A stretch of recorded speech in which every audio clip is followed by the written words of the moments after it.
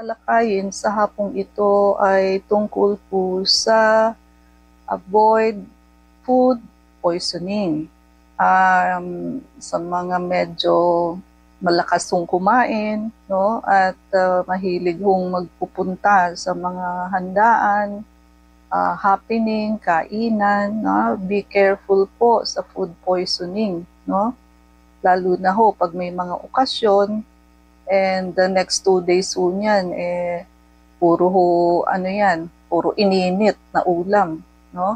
And also sa mga fast food chain, no? Unlike ho yung mga a la carte, wherein lulutuin pa lang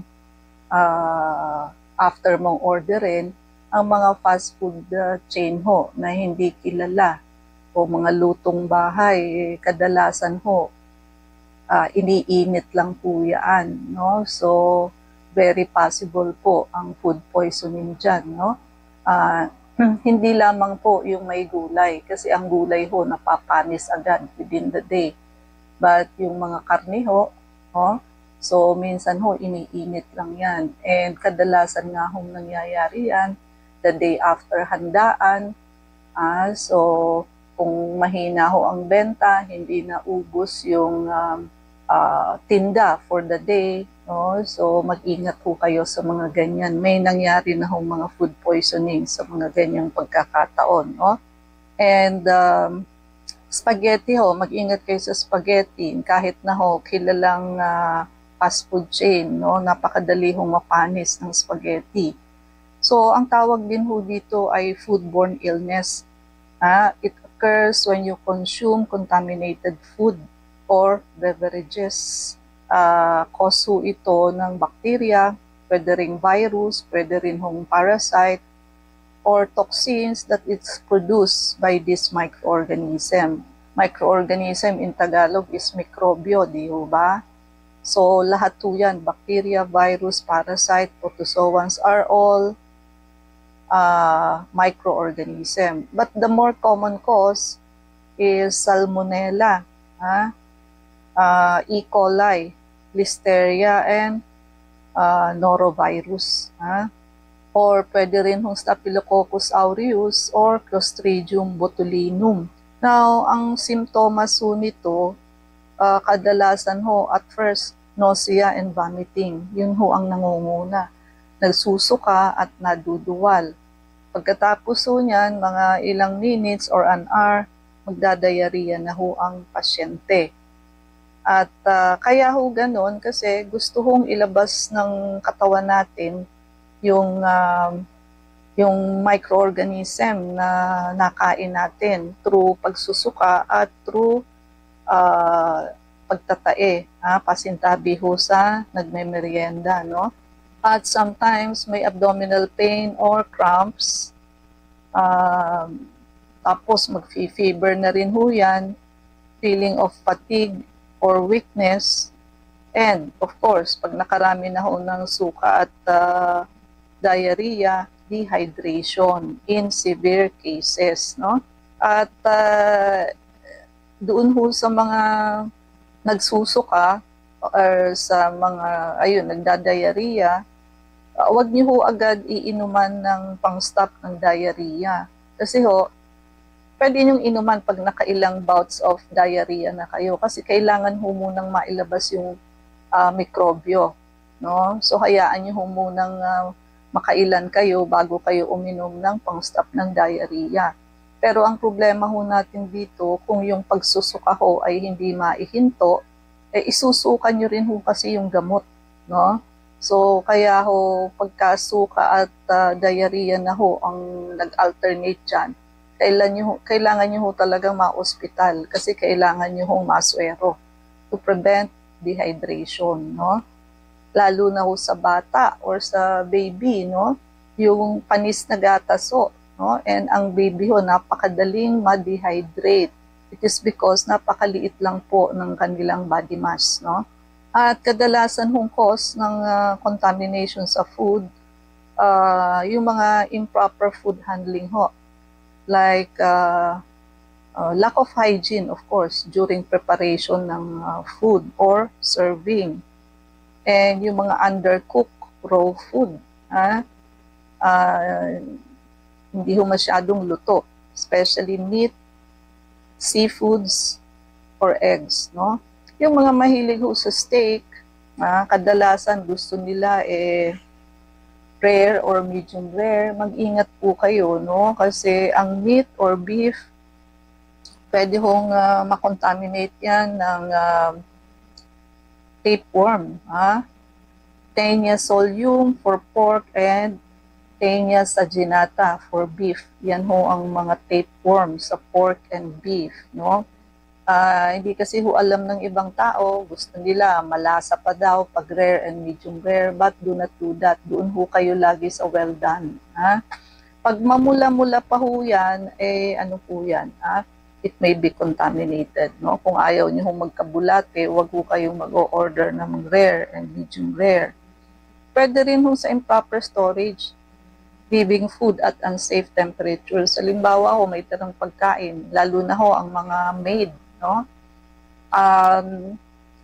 May mga pabayaho or minsan mga galing talaga ho ng probinsya, hindi nila alam na dapat nilalagay sa refrigerator ang tirang pagkain. Kaya ho, napapanis ang pagkain. Kung hindi mo sabihan, hindi nila ilalagay sa ref, no? Dapat automatic na yon, lahat ng tirang pagkain ipasok sa ref, no? Lalo na ho pag mainit ang panahon. Pwede rin hong cross-contamination using the same utensil or surfaces for raw and cooked foods. So, yun nga ho, kailangan yung gumamit ng serving spoon, no? At kada putahe ho ng ulam, kanya-kanyang serving spoon. Kasi nga ho, kung yung isa mapapanis na, same serving spoon ang ginamit, makokontaminate ho yung susunod na food, no? Also, pwede rin ho, not with the food, but with the contaminated water that is used for washing or cooking. So, halimbawa, maglalagay kayo ng sabaw, no? Galing ho tap water ang itong lalagay ninyo. Dapat ho, pati yan ay yung filtered water ho ang gamitin ninyo, no? Kasi pati ho sa paghuhugas, kasi nga ho, may mga area din na deep well ho ang tubig, no? So pati panghugas nyo yan, makokontaminate if hindi ho malinis. Lalo na ho syempre yung pangsabaw ninyo. How to prevent it? Of course, kailangan nyo ho ng hygiene, maintain hygiene. And ayun na nga ho, yung mga tubig nga ho pala at food, no, maganda ho, pangontra dyan is what? Ozonizer machine. Each and every home should have one. Mura lang naman po yan. Kailangan mag-invest kayo sa inyong bahay. So, lahat po ng pagkain, pati tubig, i-ozonize ninyo. Especially if you are in an area wherein ang water is hindi ho kayo sure kung malinis, no? Kaya nga ho ang mga tao bumibili ng tubig, no? At ayan ho, nakakapatay ho yan ng lahat ng mikrobyo, bacteria, virus, fungus, protozoans like amoeba, and eggs of parasite. And pati ho pesticide spray na ginamit doon sa gulay or sa food, sa karne, whatsoever, lahat ho yan malilinis ho yan, madidisinfect, no? At especially ho, dapat wash your hands, utensils and surfaces thoroughly. Sa washing your hands, yung mga fingernails nyo po, pakilinis sa running water with soap and running water.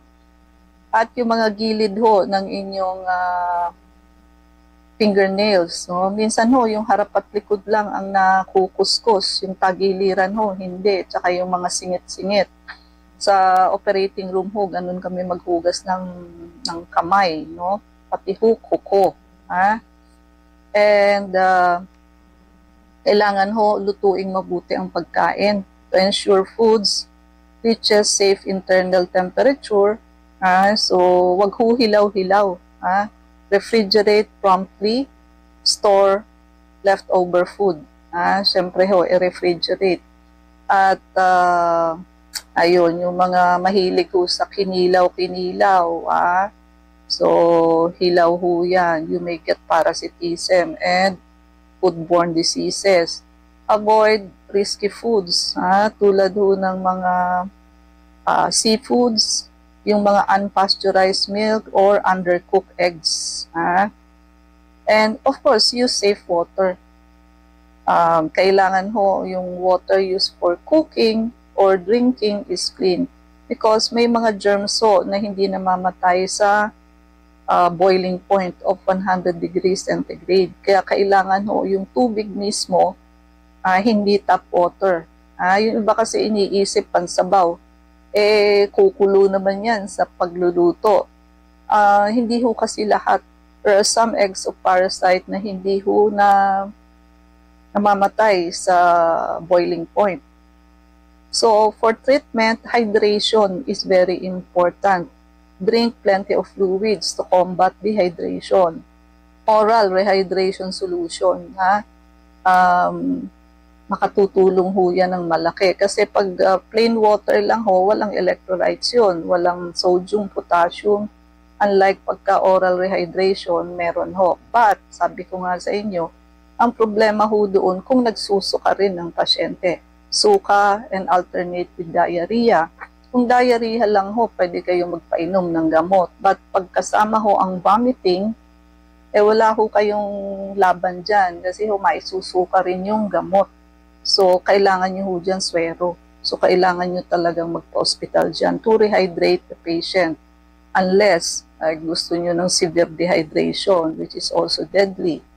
And rest, allow your body to recover. Kailangan ho ang pahinga. Medication, pwede naman ho yung mga anti-diarrheal medication, no? Para sa mga non-severe cases, no? But antibiotics so are required na rin po sa bacterial infection tulad ho ng Shigella or severe Campylobacter. And yun na nga po, sa baby ho, very critical ho, wag na ho kayo makipagsapalaran sa baby pag ilang suka at vomiting na ho yan. Kasi ho, napakaliit ng body mass ng baby, napakadali ho niyan ma-dehydrate, no? Yung bunbunan ho, yung fontanelles, pagka lubog ho, hinipo ninyo, abay ano po yan, severely dehydrated. Pag umiiyak ho at wala na hong luha, dehydrated din po yan, no? So, syempre, sunken eyelids. Tapos, pag pininch nyo ho ang skin ng baby at hindi ho agad bumabalik sa proper tone yung skin, dehydrated din po yan. It is a medical emergency for babies, no? Ilang pupo, suka at tae lang po niyan ay ano na po yan, dehydrated na, no? And also, I forgot to mention, yung mga ano po, yung mga street foods. No, may mga tao hong napakahilig magtutusok-tusok ng kung ano-anong street foods, no? Kahit na ho sabihin nyo halimbawa yung fishball, kahit na ho mainit yan, ang hindi nyo ho naisip doon, yung stick. Yung stick kung ipang tutusok nyo ng fishball or squid ball. Nakapatong lang ho yan sa mesa nila na marumi naman ho, no? So, buti ho kung naka-plastic. Kung saan-saan na po inilagay, minsan ho, sa palengke, nalaglag pa yan, no? Tapos, itutusok nyo dun sa fishball and squid ball. Number 2, yung sausawan ho, no? So, minsan ho, yung iba, kinagatan na nila, tapos isasawsaw ho uli, no? So, doon ho na dadali, no? Pwede ho kayo dyan makakuha ng hepatitis A. So, at saka ho, itong mga E. coli, no, salmonella, mga foodborne diseases. So, hindi ho ba kayo nandidiri kumain sa ganyan, no? At saka sa mga restaurant kung turo-turo, ibig sabihin ho ng turo-turo, yung luto na, no? Ituturo mo na lang na yun ang choice mo. No? Minsan ho, actually kahit bakery, no? Pag ho kayong bibili sa bakery na pagtingin nyo ho, minsan nakapasok na yung langaw. So pati ho yung turo-turong food, kahit hindi ho bakery, basta nakapasok po ang langaw, wag na po. Ang langaw ho, kada isang dapo ho niyan, so iniiwanan niya ho yan ng suka niya. May mga maggots po doon minsan, no? So talaga ho napakarumi ng langaw, no? So yung iba papagpagin lang, papagpagin yung pandesal na dinapuan ng langaw, sasabihin nila wala pa 5 minutes. Hindi po ganun. Microscopically kung sisilipin niyo ho ang dinapuan ng langaw, Diyos ko, no? Sobrang dumi ho, no? Kaya ho, avoid food poisoning. So yan ho ang mga bagay-bagay na pwede kayong at saka yung mga eat all you can ho. Although yan sa mga malalaking restaurant naman ho, but sometimes no, pagka ho nasa open, sa mga hotel ho minsan yung eat all you can nasa open, yung mga dessert ho minsan dadapuan ng langaw, no? Pagka ganun ho, wag na kayo doon ho kayo sa bagong luto, no? So avoid food poisoning at pwede ho tayong ma-hospital dyan, no? So naghahanap ho kayo ng gastos sa hospital, no? Okay? And wait, wag nyo na hong hintayin na kayo ay magkaroon ng mga komplikasyon. Ang nakamamatay ho sa diabetes, hindi yung sugar mismo, kung hindi ho yung mga komplikasyon. Now na po, wag nyo ipagpabukas at bago pa humahuli ang lahat. Maraming salamat po sa pagpapasok niyo po sa amin, sa inyong mga tahanan at puso. Be kind, do one good thing a day, makes this world a better place.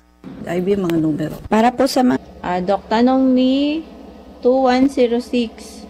Dapat may colonoscopy, 3 years lower left abdominal pain. Baka may polyp sa colon, occult blood negative. Meron bang ibang paraan aside from colonoscopy?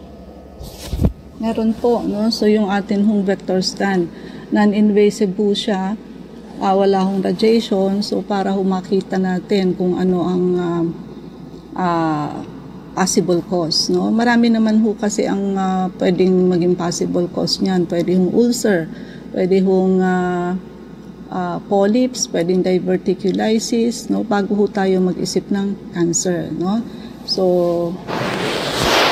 kailangan lamang ho magpalista kayo ng check-up, no? So, ang tayong oras, mangyari po lamang na kayo magpalista kung kayo ay magpapa-check-up. So, Unit 1101, Clinica Medica 101, Centuria Medical Makati, Salamanca Street, corner Kalayaan Avenue, Makati City.